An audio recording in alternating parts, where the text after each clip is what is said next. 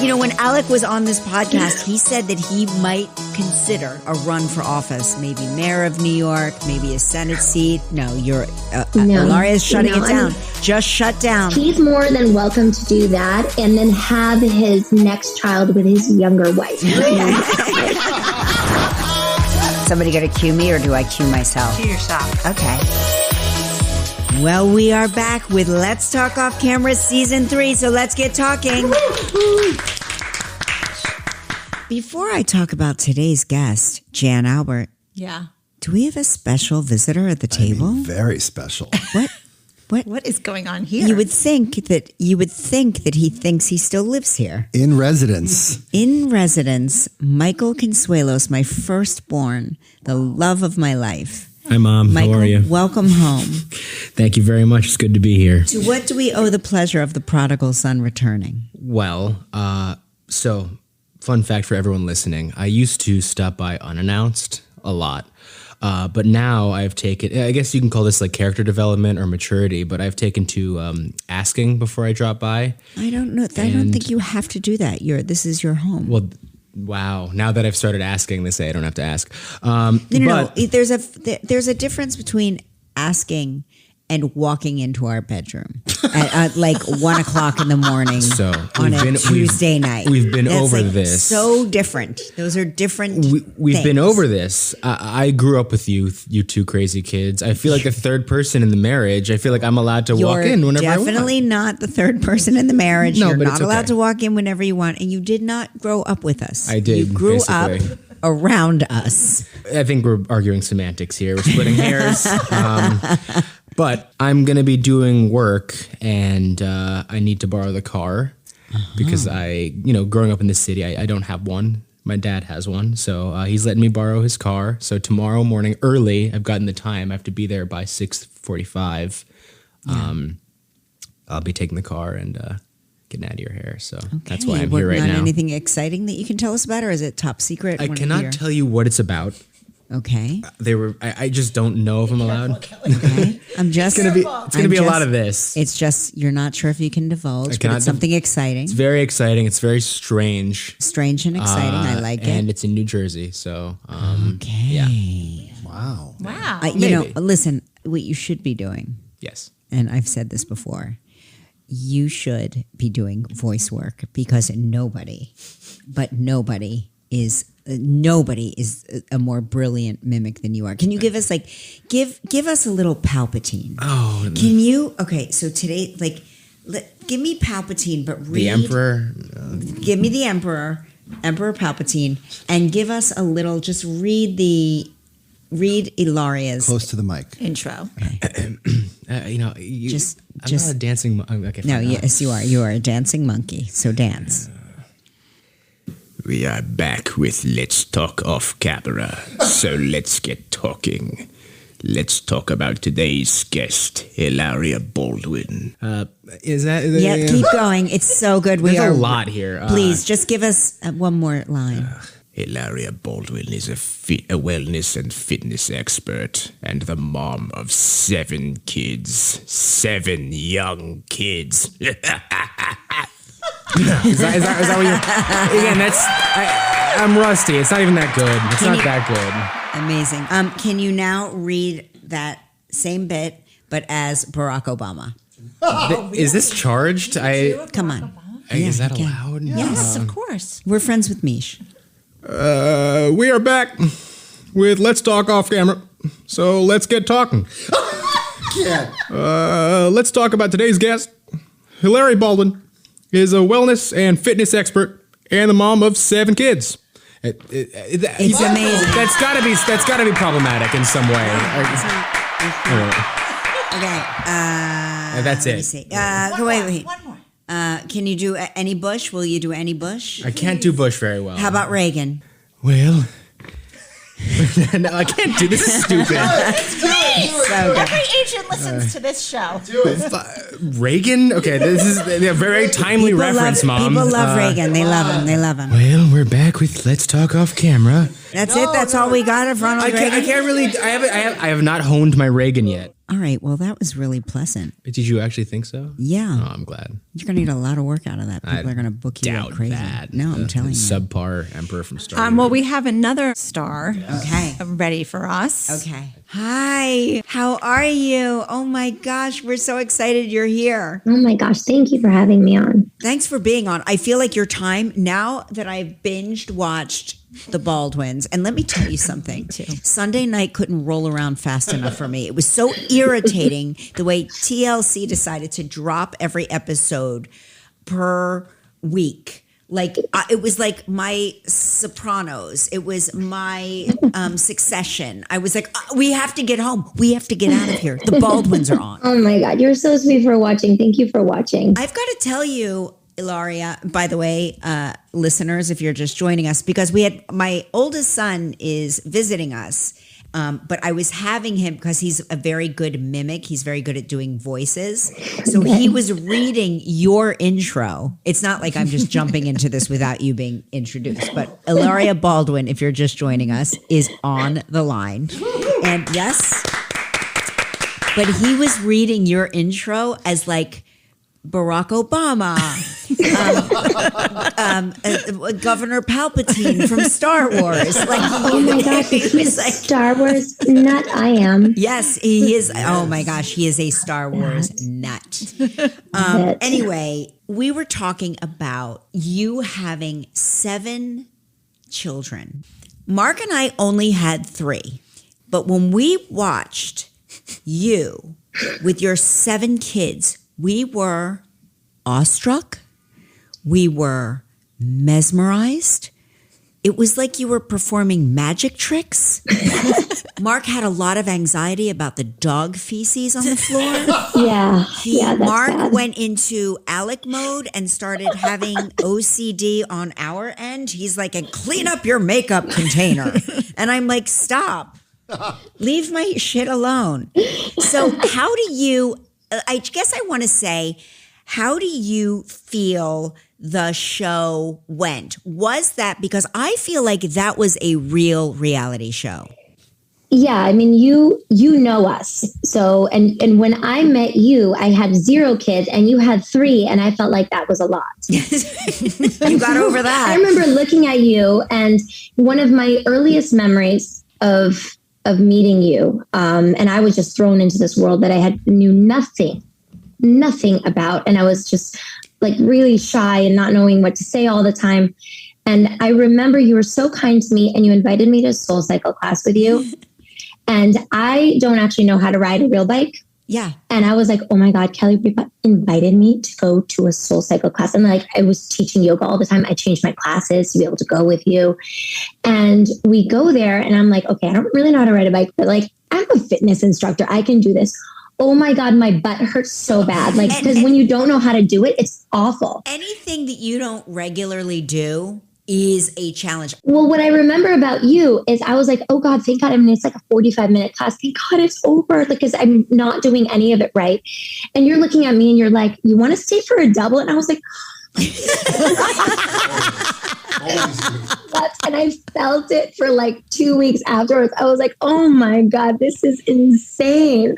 But no, I loved that you were so like welcoming and warm to me when I'm like, I'm shy and I just didn't know what I was doing in this world. And so just thank you for that. Now, getting back to your question, I feel, I'm really happy with everything about the show. Me too. I'm really, really happy because it does for everybody like you who actually know us. They're like, no, this is you. Yeah.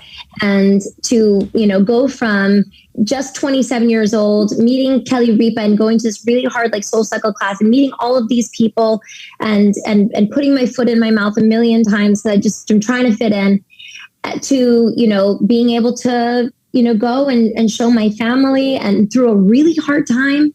We started filming this 2 weeks before Alec went to trial. And obviously I don't think through things very well still. But I'm glad that we did it. It was really something that was a very cathartic experience. So thank you for watching it. I have to tell you that, okay, so I've got so many thoughts and so many questions. But going back to when we met, what was so funny was you were the youngest person in the room. You were the newcomer in the room. And even though it may have felt so uncomfortable for you, I felt like you were the grown-up in the room. That was my perspective. I was like, oh my gosh, this woman has she's got it all going on. She's got her shit together. And we are like, she must think we're all insane. She must be like, get me out of here. These people are disgusting. Like that was my thought in my head. No, you're very kind. But no, I was just like, oh my God, like a fish out of water for sure.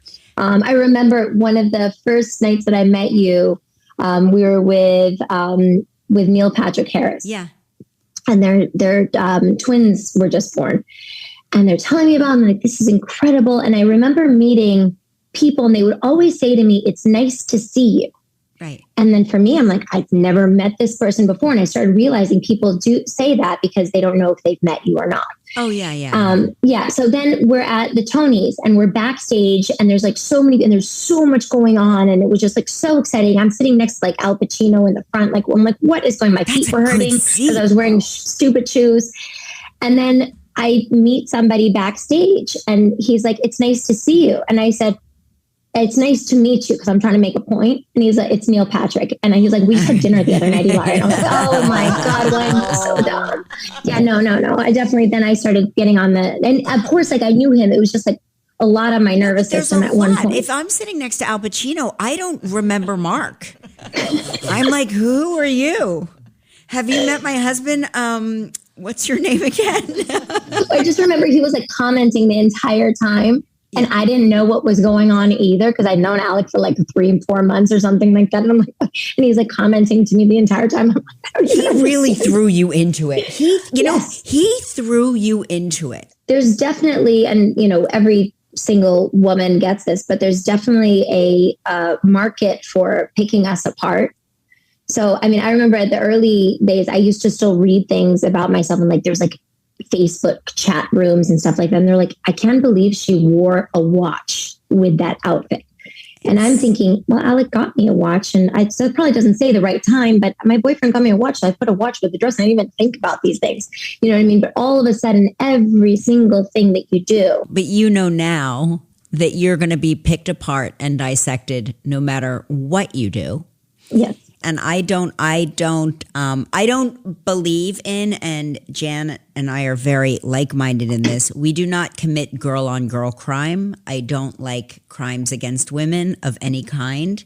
It enrages me in a certain way, and so I feel particularly protective about you in that way.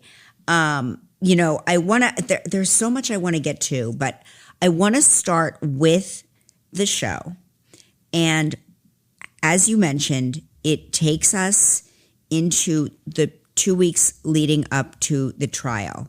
And what happened, and because we had seen you at a dinner party before all of this, but I remember at that dinner being very concerned for Alec. And I was sat next to him and you were sat next to Mark. I don't know if you remember this. Yeah, I remember. And I turned to him and I was like, I haven't reached out because I was afraid that reaching out would make him think everybody's talking about this. Does that make sense? Like, I didn't want him to think that I was so in the news and in the headlines that I too was talking about this. Well, it's an awkward thing. You don't really know what to say. Right. Right after the tragedy happened, I found that a lot of people reached out to us, and a lot of it was people kind of putting themselves in Alec's shoes. A lot of actors, right? Like it's this whole thing of like that. This nobody is can ever. Crazy. Nobody can ever put themselves in. Yes, I just think that it's something that, and they could see that could have happened to anyone. Yeah. In terms of like, he was in a position. Well, I hope it woke everybody up because I've got to tell you, since I haven't acted in a long time, but every set I've ever been on, the soap opera, the sitcom, when I guest starred on Riverdale, I've had a gun I'm always handed a gun. Yeah. And you always trust the person on the set, the prop master, the armorer, whoever it is that's handing you the gun, that it's a clean gun. Yeah. you just assume that it's a clean gun. It would never even occur to me that it wouldn't be. And so I think it was every actor or any person that's been an actor, it's their horror, it's their nightmare, and it's their, what the fuck? Yeah. No, it's definitely, I mean, that's how any of these sets work. You know, everybody has their job to do, and you don't do other people's jobs because then you could mess up the other person's job. And it's, you know, normally there's a beautiful camaraderie when you're on any set.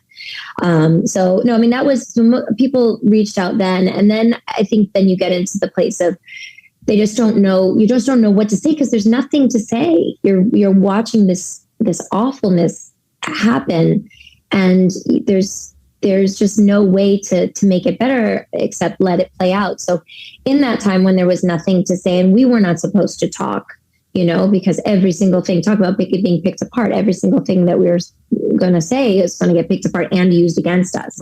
Right. And so what we did was we created this show. Mm-hmm. And it was a diary that wasn't released while it was happening, but it allowed us to vent and feel seen while we couldn't be seen. And we had to let the system play out. And so, you know, it was very cathartic. I feel very lucky to have done it with the people that we did it with.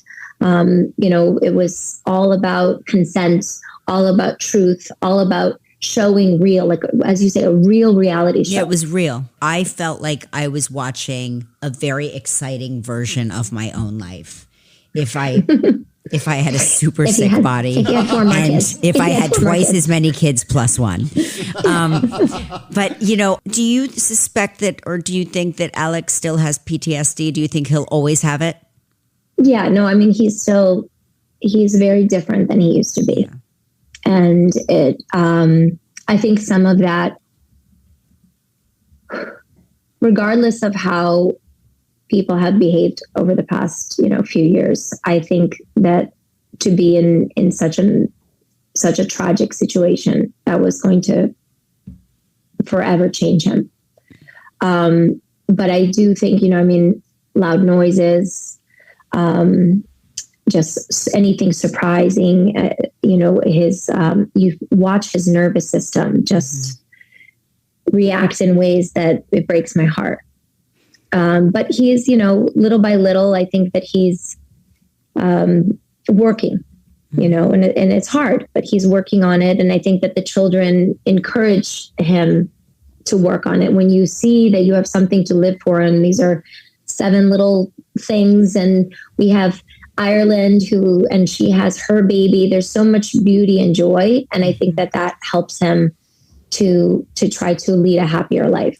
I also worry about you because you are the person that clearly holds the whole operation together, and you prioritize everyone above yourself. I watch it. I saw the show, but I've seen it in real life. You definitely are tireless in the advocacy of your family and the protectiveness of your family, and so I'm curious, like, are you okay?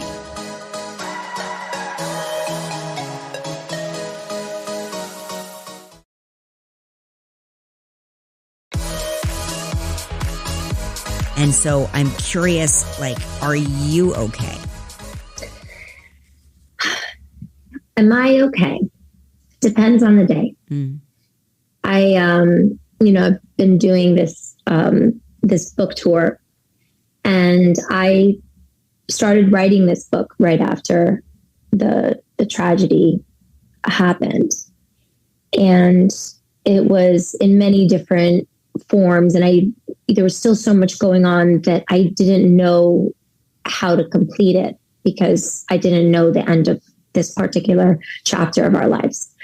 And once the trial was over, other than filming the reality show right afterwards, I would sit down and I would just type, and all the pages that I'd been working on, like everything just came together. And having the book come out, I didn't really think about what I wanted to hear from people.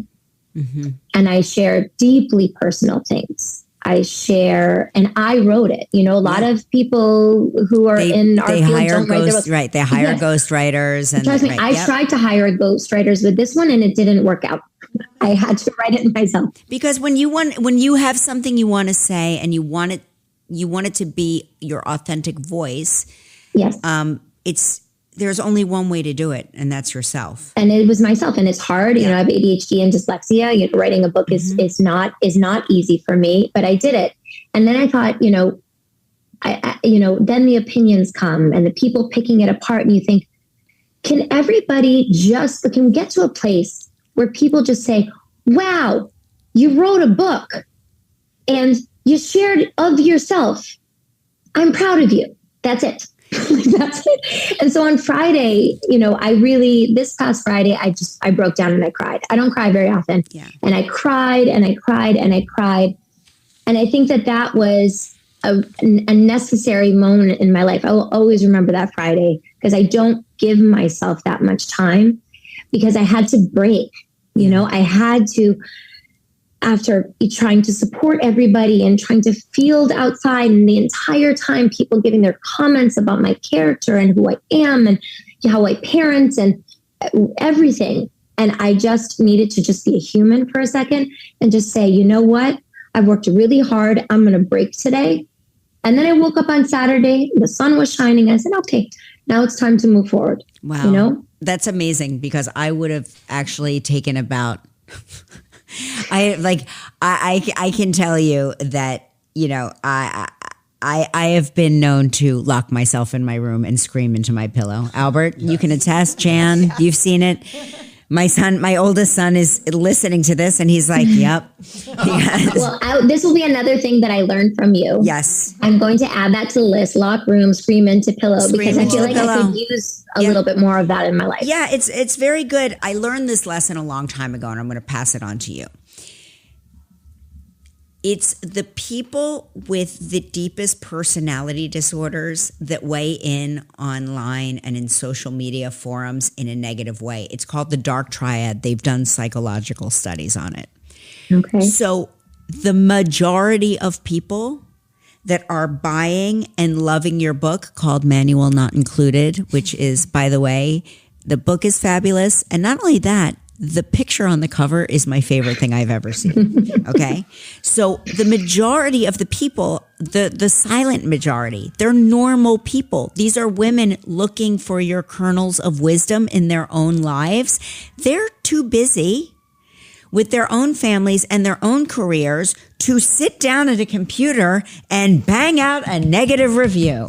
These are people that are not right.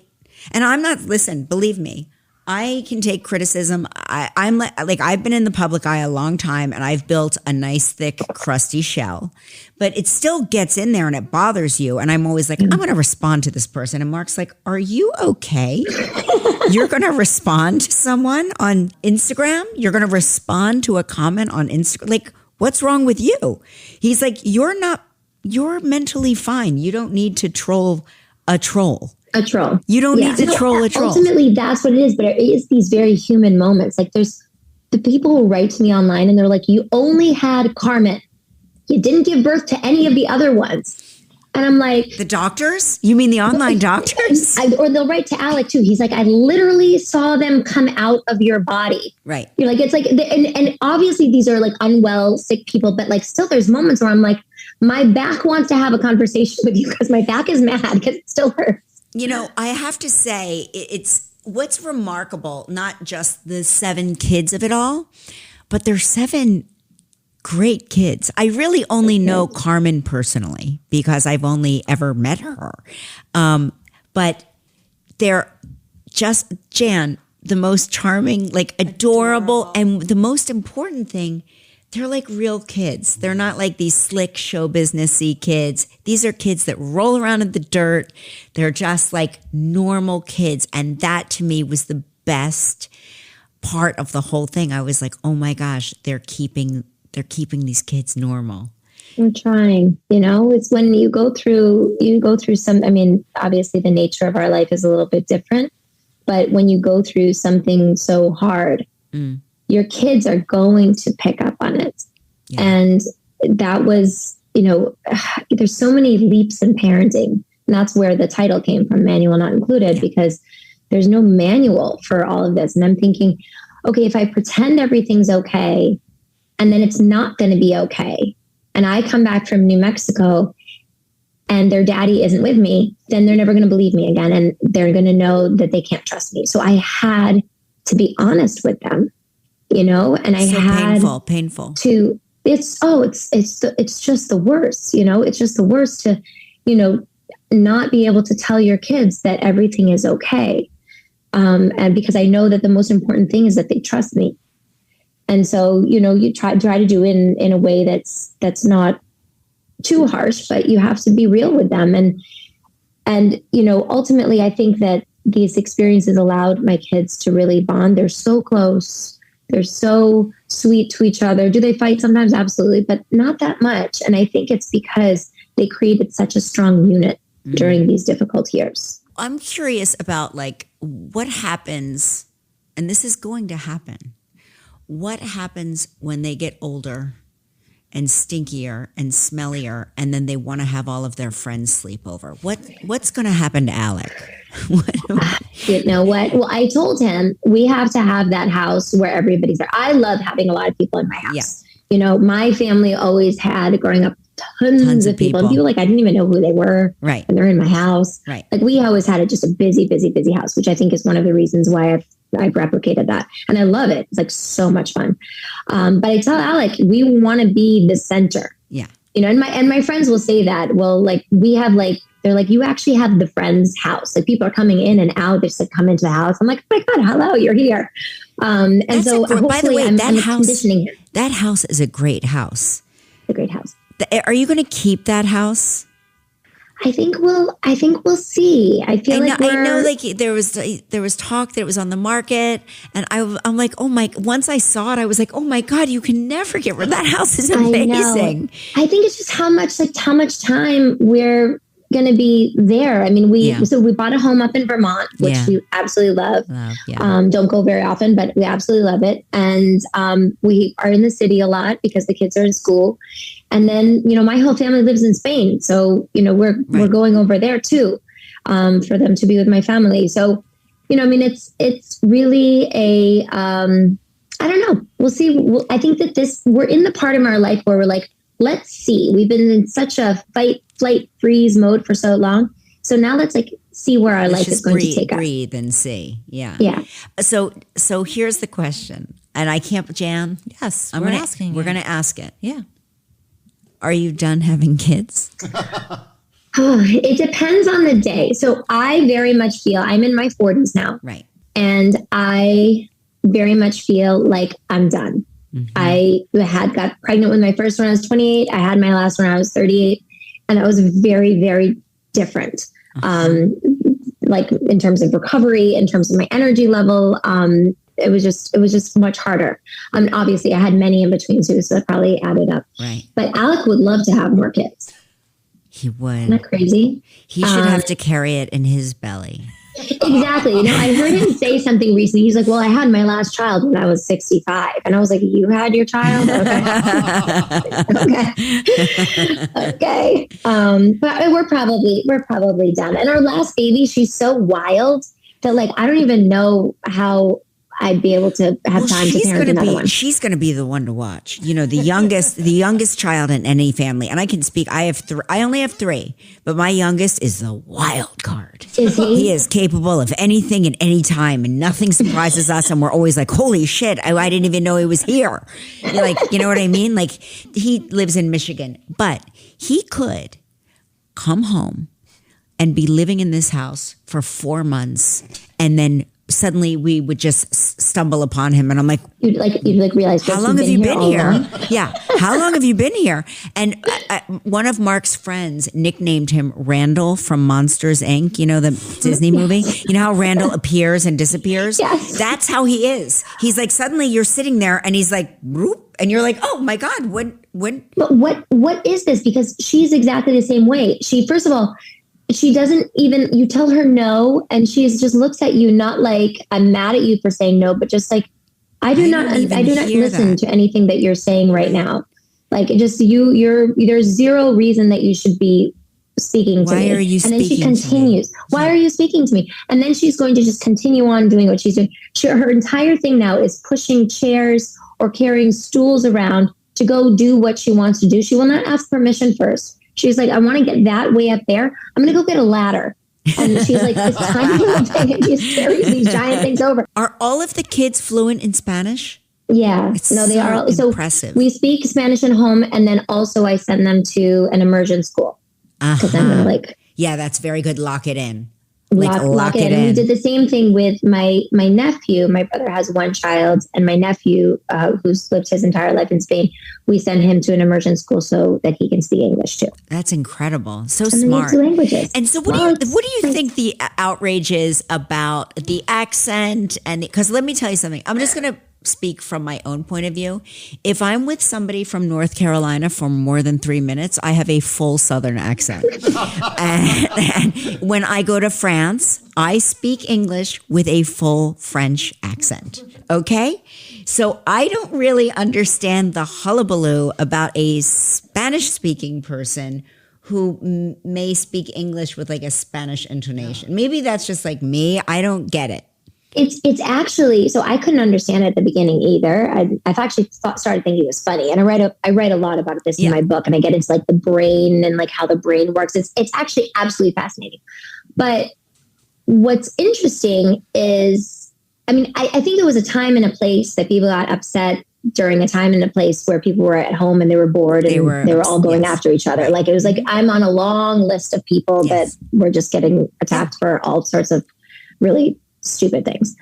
But I really think that I think a lot of people don't understand what it's like to speak more than one language, and they don't realize that they do. It's called code switching, so it has a term, and they don't understand what it's like to speak here and then speak there, and people want it very compartmentalized. And it depends on the person, depends on the brain. I mean, I have a lot going on in my brain, not just the 7 kids. I have ADHD, I have dyslexia.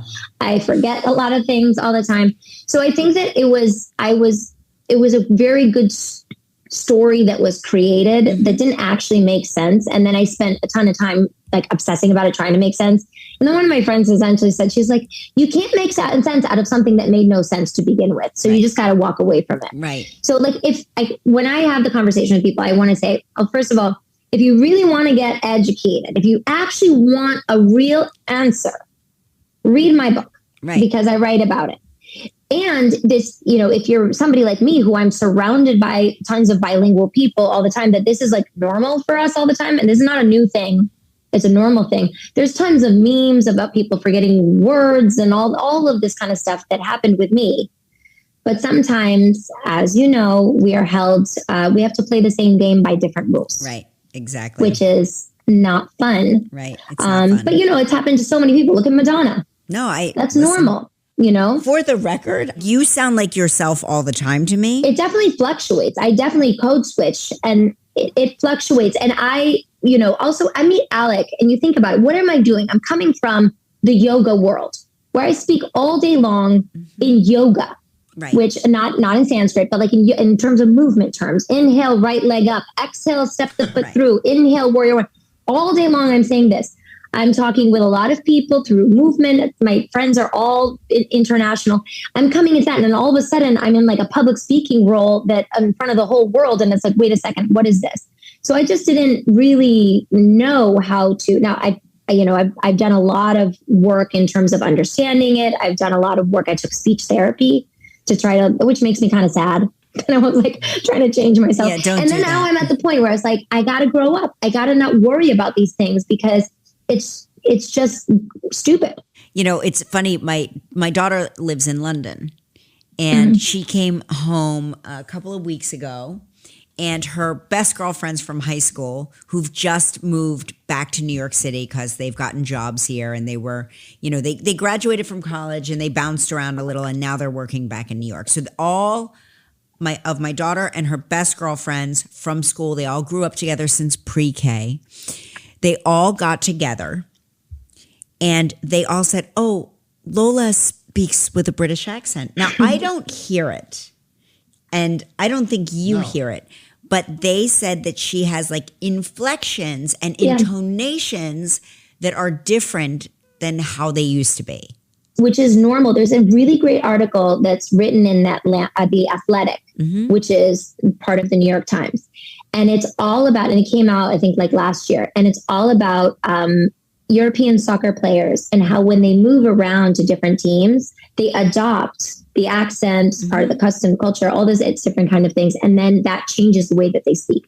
Now, it is a full-on praise of course these it men. is. Yes, of course it is. And I sent it to my friend. They're and heroes. I was like, the New York Times didn't write that about me. No. But you're not a man and you're not a soccer player. Exactly. He said, you're not a man, you're not a soccer player, and you're married to Alec Baldwin. I feel like some of the attack on you is a way to get at Alec, to get a reaction from him, to get a response from him, because, Alec is no shrinking violet, and he'll, he's as sharp as they come.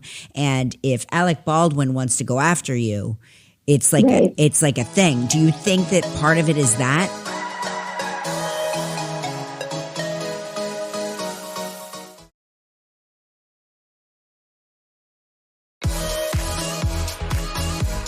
I feel like some of the attack on you is a way to get at Alec. Do you think that part of it is that they want to get engagement from him? Yes, 100%. I think it's that. And I also think that there was something about how like I came in and then I would see people just kind of like, oh, but look at Hilaria. She's so great, like health influence on him. And look, he's happier. And, it was very, he was very excited to introduce me to people, as from the beginning. And I didn't know anything different. I was like, okay, let's do this, Right. But I feel like I gave him, I softened him a little bit. So what's the way to take that away from him? I'm crazy. Right. I'm inauthentic. Right. And then that takes away anything that it's something as old as time that people do to their opponents. He's extremely political. He's said a lot of things. I mean, I think I know that there was a strategy in this, and, unfortunately I gave it a lot of thought, and unfortunately, it hit very close to home. It was my Achilles, because people who feel that they don't belong in a particular like cookie cutter way, we're insecure. I'm insecure, and I have been my whole life because I don't know how to fit in a way like, Alec is born and raised in Massapequa. Right. He was a very, and by the way, then he went and actively tried to lose his Massapequa accent and is revered around the world for having this famous voice. Right. Like this is like an actual attempt at something. I took elocution classes to lose my South Jersey accent. The second I am home or I talk to my family for 3 minutes, I'm dragged back into it. And Mark's like, oh, I can tell you were visiting your folks this week. And I'm like, how do you know? He's like, you just asked me for a glass of water. I mean, ultimately it's normal. And I hope that if anything comes out of what happened with me, it's a better awareness for it. I hope that it isn't, I really think that we're smarter than, the crap that was thrown in my direction. We're smarter than that. We know better. We know better because we're seeing them say better. It's always fake outrage. They're willing to take out any woman. And the sad thing to me is that it's always women. And that's the thing. I don't get it. I will never get it. I was seeing something the other day about why that is. One of my favorite books is called Women's Inhumanity to Women by Phyllis Chesler. And it's just so, oh my God. And it talks about how because we're all part of this system that the patriarchy, and feel like we have to have certain rules, and we got to be the good girl, and we got to be not too much, but we have to be enough. And it's just very confusing. That if we see people, we feel like they're not following the rules, then there's a sort of like we have to pull them back in to follow the rules. Or there's just a fear of like, well, if that's okay, what if I'd been living my whole life not being free and not just being me and being more open? And so, I mean, I think that there's some validity to that as well. But I think it's also just, you know, there's a level of competition that's very unhealthy. And I'm very focused on that with my daughters, raising my daughters. Yeah, raising daughters is hard. And I think it's the thing that I'm proudest of, that my daughter is an adult and she has a sense of confidence and a sense of self, and she's a very good person, and she does not commit crimes against other women. And that's like that's like the thing I'm proudest of, really, you know, and that's all you want. And it's a lot harder now for you because your daughters are going to be exposed to so much more. There wasn't social media when my kids were little. There weren't cell phones. I mean, you know, this is all like coming fast and furious, you know?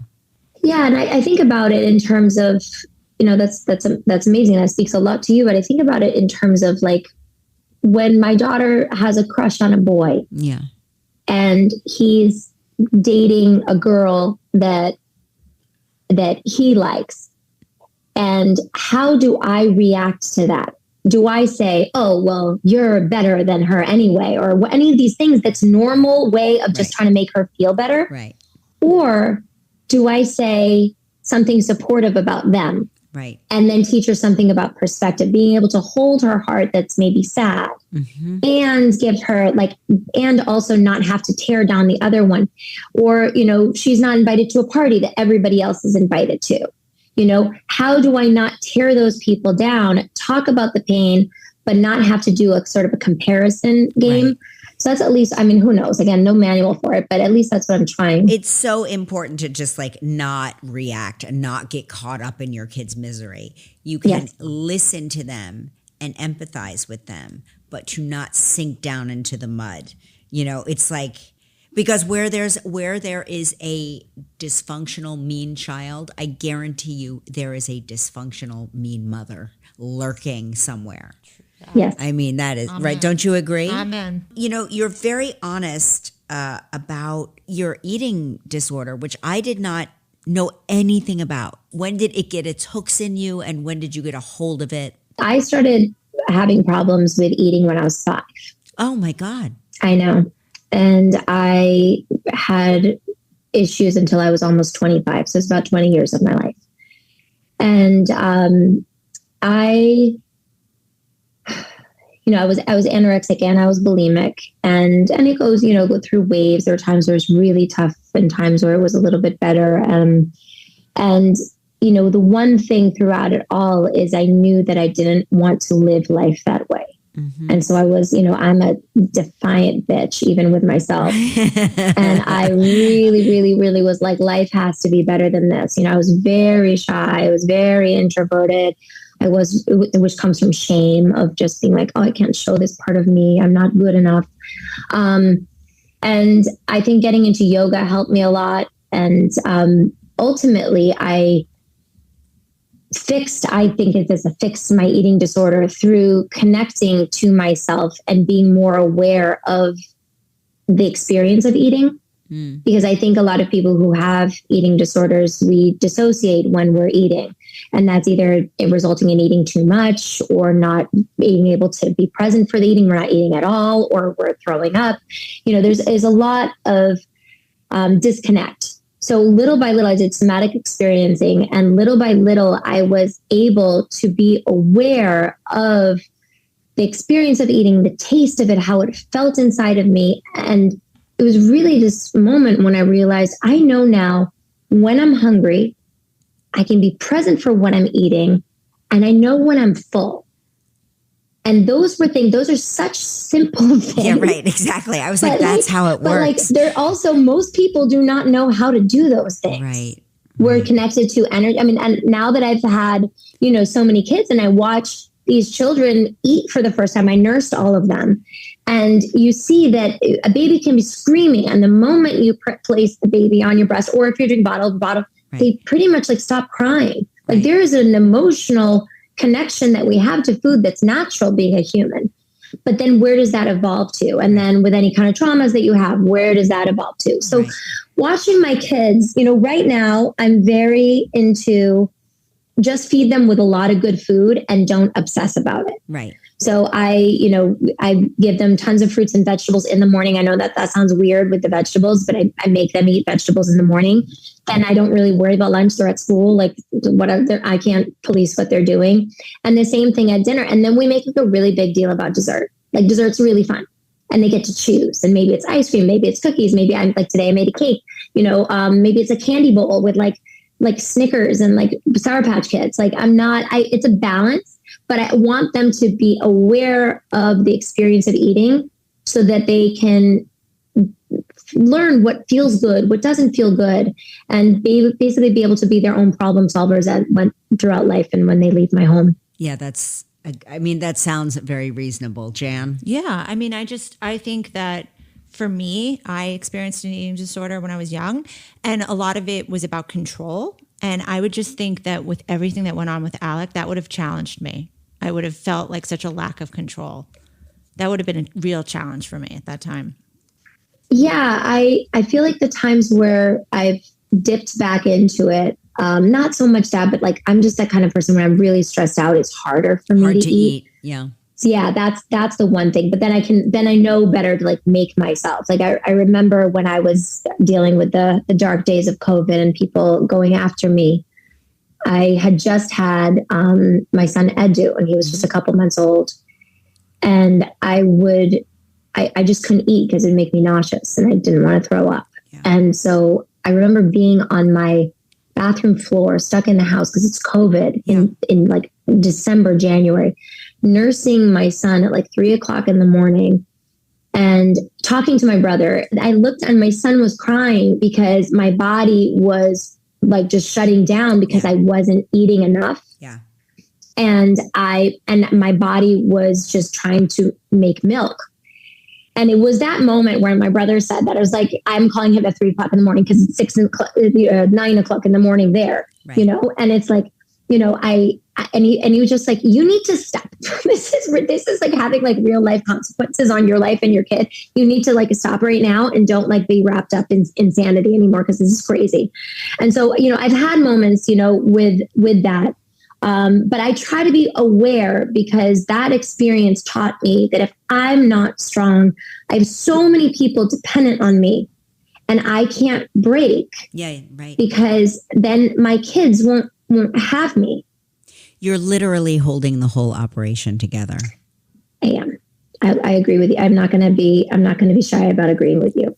I'm going to tell you something also. I probably shouldn't say this, but about 10, 15 years ago, I don't remember how long, 10 years ago. I want to say 10 years ago.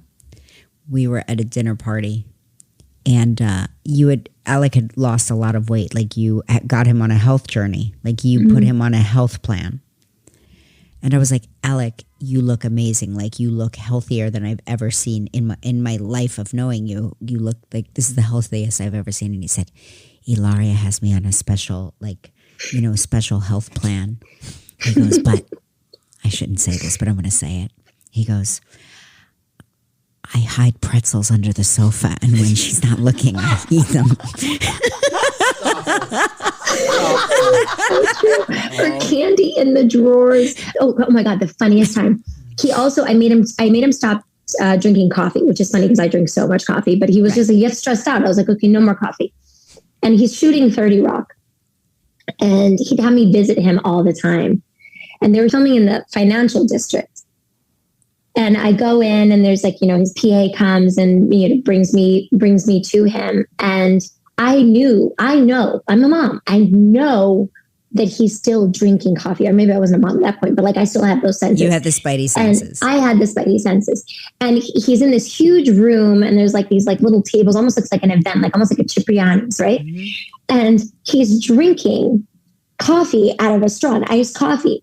And he sees me from like, 30 feet away and his eyes open and he's like, and he turns around and hides the coffee behind like a floral arrangement. And I go up to him and he says to me, he's like, that's not my coffee. I'm not drinking coffee. That's not my coffee. Like, he's like afraid of me.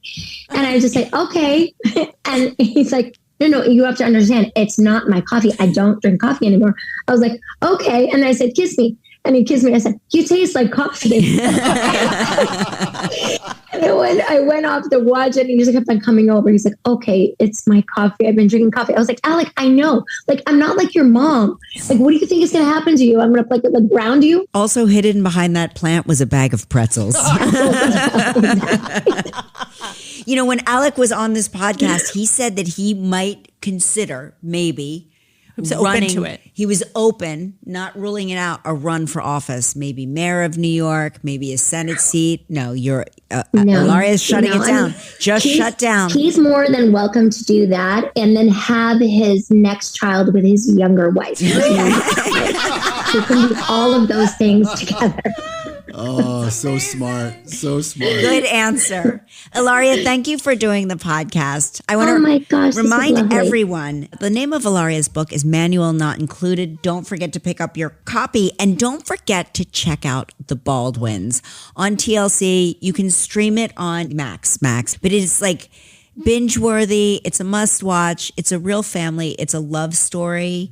It's got everything. And I always root for you guys. I always will. No, you've always been so kind. From our first Soul Cycle class to when you told me to wear the same clothes every day, and then the paparazzi can't sell the pictures. Like, I'm telling you, I'm taking all the wisdom, the Kelly wisdom. Well, it works better for me than it does for her.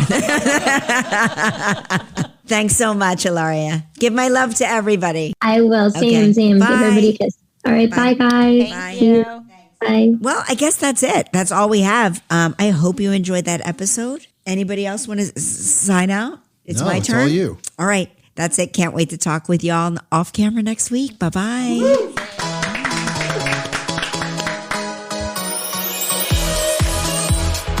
Let's Talk Off Camera with Kelly Ripa is a production of Melojo Productions. From Melojo, our team is Kelly Ripa, Mark Consuelos, Albert Bianchini, Jan Chalet, Seth Bronquist, Ross Therian, Devin Schneider, Michael Halprin, Julia Dash, and Team Radio Andy, Lisa Mantaneo, Scott Marlowe, Jake Getz.